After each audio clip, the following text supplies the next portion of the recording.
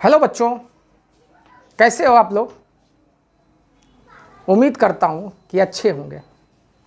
देखिए, ये मेरा पहला चैनल है, ये मेरा पहला वीडियो है और इस वीडियो को इतना लाइक कर दो, इतना लाइक कर दो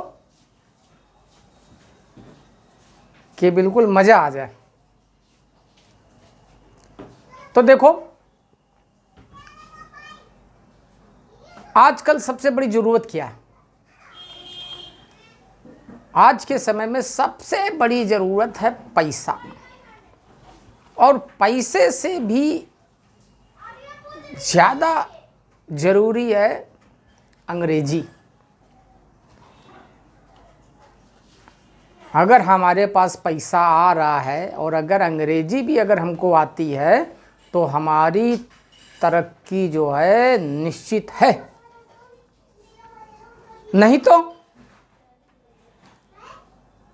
आज पैसा आ रहा है, क्या पता कल कौन सा ऐसा टेक्नोलॉजी आ जाए कि जो आज कमा रहे हो कल भगवान न करे ऐसा हो, दूसरी टेक्नोलॉजी के साथ भी करो। लेकिन उस टेक्नोलॉजी को समझने के लिए इंटरनेशनल लेवल पे अंग्रेजी बहुत ज़रूरी है। इतनी अंग्रेजी सीख समझ लो कि आप अपनी बात को कह सको। इतनी अंग्रेजी आप सीख लो कि आप अपनी बात को सही से कह सको। सबसे पहले देख ले कि कैसा बोल रहे हैं, अच्छा बोल रहे हैं कि नहीं बोल पा रहे हैं, फिर अपने में थोड़ा सुधार किया जाएगा। भाई देखो, मेन चीज़ है आपको समझ में आना चाहिए। चलिए देखिए, हम यहाँ पर एक सेंटेंस लिखते हैं। पहले अपनी मदर टंग में लिखते हैं। आपको पता है, जैसे यहाँ पे हमने लिखा मुझे जाना है। अभी तो हम यहाँ पे लिख दे रहे हैं, फिर थोड़ा सा तेज़ी में ये लिखा हुआ आपको मिलेगा, टाइम थोड़ा कम लगेगा, बोरियत नहीं होगी। समझ गए? और ध्यान से पढ़ो। जो तुम इधर उधर देख रहे हो ना, अपने बोर्ड पे देखने के देखो हम क्या पढ़ा रहे हैं। चलो देखो, ये हमने लिखा अपनी मातृभाषा में, मदर टंग। मातृभाषा को कहते हैं मदर टंग।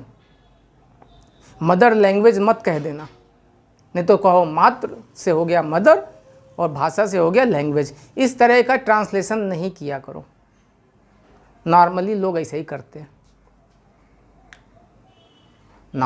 लोग ऐसे ही करते हैं। तो ये मदर टंग में लिखा हुआ है, यानी कि मातृभाषा में लिखा हुआ है। अब आइए हम इसको सेंटेंस को बनाते हैं। मुझे की क्या हो गई? आई। और जाना है, तो देखो एक बहुत सिंपल भाषा में आपको बता दें, समझ में आ जाएगा, सरल भाषा में।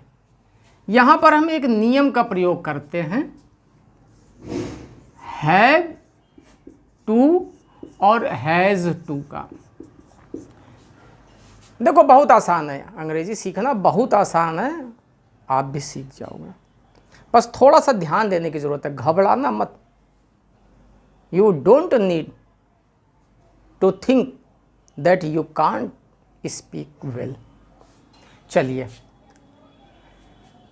तो देखो आई है, इसमें हैव टू और हैज़ टू। देखो इसको लगाते हैं प्लूरल के साथ, ये हमने लिख दिया, तो इसको शॉर्ट में लिख रहे हैं प्लूरल। इसका मतलब होता है, ध्यान रखना आप लोग, हम पूरा नहीं लिखेंगे वर्ड, उसको शॉर्ट में लिखेंगे। इसका मतलब होता है प्लूरल। एक बार लिख दे रहे हैं आप लोगों के लिए, प्लूरल। और ये हो गया सिंगुलर में, यहाँ लिख दिया सिंगुलर। जब भी कभी ऐसा लिखा हो तो समझ लेना आप लोग, ये है सिंगुलर। सिंगुलर का मतलब एक और प्लूरल का मतलब होता है एक से अधिक।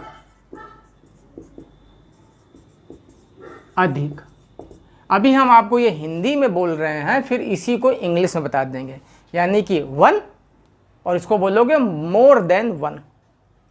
मोर देन वन, ध्यान रखना, मोर देन वन। अब इसमें भी कुछ बताने को होगा, अभी नहीं बताएंगे, सीधे पॉइंट पे आते हैं। धीमे धीमे हर एक चीज़ को बताएंगे। प्लूरल का मतलब समझ गए? PL का मतलब प्लूरल और सिंगुलर का मतलब सिंग का मतलब सिंगुलर।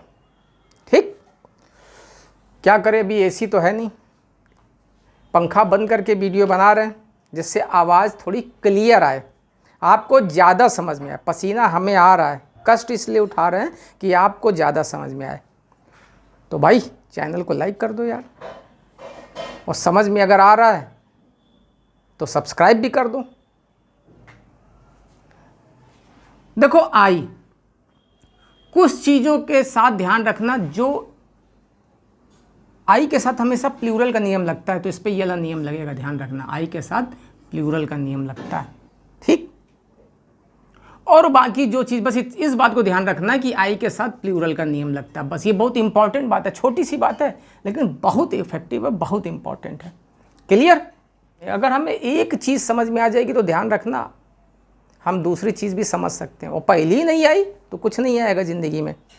एक के साधे सब सधे, सब साधे सब जाए, एक को मानो, एक को जानो और एक हो जाओ। चलिए, तो आई के साथ क्या लगेगा इसमें? हैव टू लगेगा कि हैज़ टू?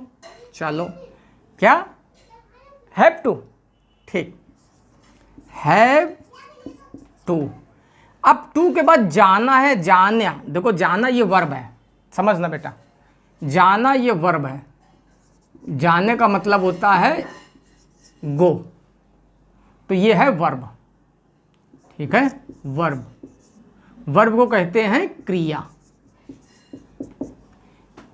वर्ब में ध्यान रखना बेटे, फॉर्म होती है कि फर्स्ट फॉर्म शॉर्ट में लिख दे रहे हैं, जैसे यहां लिखा हुआ है गो, सेकेंड फॉर्म वेंट,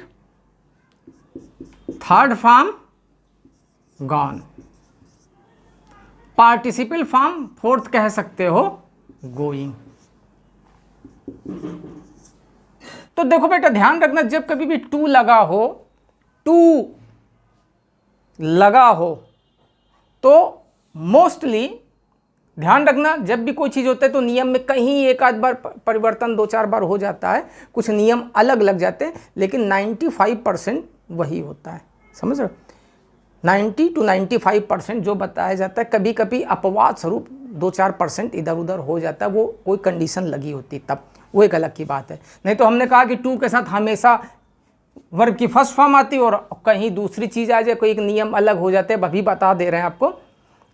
तो आप कहो नहीं आ रहे, आपने तो ये बताया था इसमें ये लगा हुआ है, तो ये पहले ही क्लियर कर दे रहे हैं कि 90%